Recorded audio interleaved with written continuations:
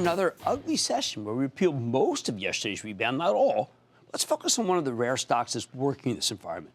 I'm talking about Generac Holdings, a maker of energy equipment that you might recognize from its in-home power generators or these terrific ads I've been watching. When the averages were bouncing hard yesterday, Generac made a new all-time high at 118. Even after today's horrific sell-off, it's only pulled back to 116. In fact, the stock's still up 16% for the year. How the heck is that possible? In part, it's because Generac's the kind of name that you buy during a panic. Typically, it roars when we're worried about natural disasters like hurricanes. But if you're really freaked out about the coronavirus, I can see the appeal of having your own generator. On top of that, Generac just reported a phenomenal quarter a couple of weeks ago. Last year, they made a couple of clean energy acquisitions we got to talk about. Think storage technology that makes solar power a lot more viable. And those storage systems are now selling like hotcakes. So could this have one more upside? Let's take a look with Aaron Jagdfeld. He's Chairman and CEO of Generac Holdings. Learn more about the company and its prospects. Mr. Jagdfeld, welcome to Mad Money. Thanks, Jim. Well, I have to tell you, there are some mega trends out there. Right. And you and I are both aware of them. And you are playing into almost all the big mega trends we talk about. I'll give you the floor to talk about. Yeah, so we see a number of things. First of all, the energy markets, right? So this traditional utility model. The power comes from a power plant, goes hundreds of miles to your house. You pay for that. You have a utility company that's it's a monopoly, basically, right? You know what I mean? We have American Electric Power. Right. You don't have a choice in who the provider is. You don't have a choice in what you pay for the power that you receive. You can maybe control some of the demand side of that, but that model is going to change dramatically over the next 10 years. And that's a $4 trillion industry.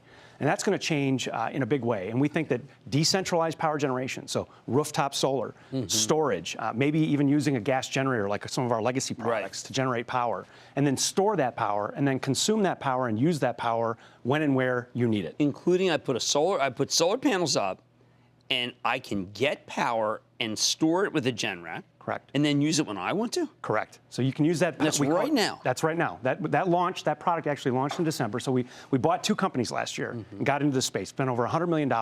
We bought a company called Neuro Technologies and one called Pika Energy. And these two, the combination of these two companies, we introduced products that is a smart storage system. So think of it as like an appliance, right? So it's an appliance. You already have that solar if you have it, or if you're going to add solar at some point. The problem with solar, if you don't have a battery, solar is basically, it's a one-way trip. You're sending that power back to the grid. Right. So let's say you're in California and you have a problem like PG&E has created, right? Right. So the power goes out and you have a solar system, but you don't have storage. Your lights are out.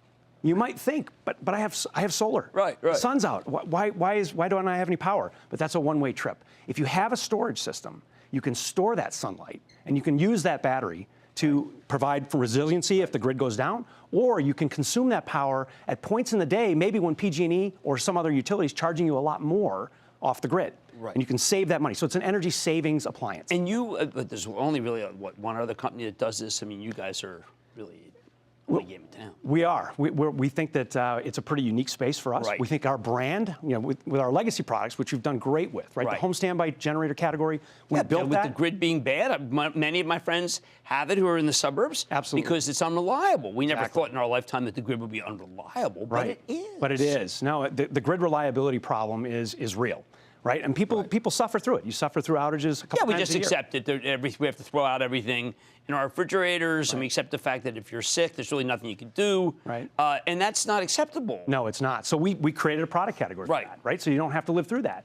20 years ago, we started that category. It's a $1 billion a year business now, right? So it's a huge business. We look at storage, and we see a lot of parallels in how that's going to grow over the next decade. We think that's another $1 billion opportunity for us. I mean, I have to tell you, candidly, I watched your ad, showed to my wife. And her reaction was the same as ours. It can't be. That's snake oil. How did you do it? Yeah, it's not snake oil. I can guarantee you that. No, it's unbelievable. Happy to talk to anybody about that. No, I'm saying both of us were just, it's kind of astounding that someone could produce that machine. Right, it's pretty cool. So you bought the product. Right. You must have tested it over and over again, realized it worked. Right.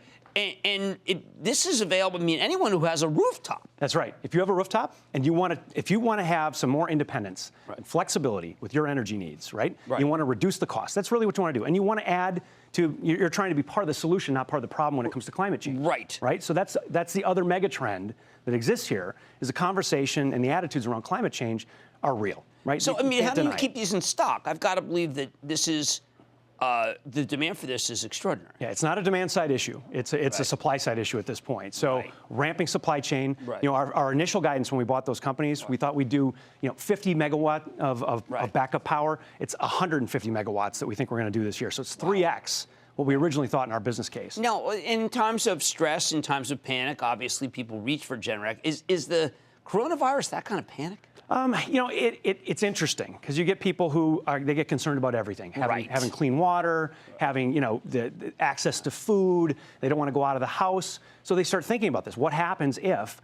And so what we have, where the product starts to become popular when you get something like this, is people who have additional use cases for the product or needs, right? So maybe they have a sick family member, right, who physically can't leave the house. Which could unfortunately happen. That happens. Older parents that live in the home, right? So they have situations where they want to keep people from being out of the house, and they're very concerned if they don't have a continuous supply of power. That could be this. One last question. Let's say I have a Tesla. Ideal, right? Yeah, absolutely. And it can sync with Tesla. Absolutely. Now, Tesla would be a competitor to this, too. In that sense, yes. In that sense, because they sell a They have their own product. thing, right. But if you have an EV, if you have an electric vehicle, you think about this, right? If power is out, now you lose transportation. So it's a very different thing going forward. I know Tesla does have it, but they seem to de-emphasize. You guys, on the other hand, are ready. Excellent. That's a terrific story. I'm glad because I saw the ads and said, wow, I got Generac on. That's Aaron Jagdfeld. He's the chairman and CEO of Generac. Look, I am a stock guy fascinated by great stories. I know that I also feel like I should get one of these. Mad Money's back after the break. Booyah! Jim Cramer here from Mad Money. Thanks for watching CNBC on YouTube. Click here to subscribe and get the jump on my exclusives with CEOs, plus market news, investing advice, and a whole lot more.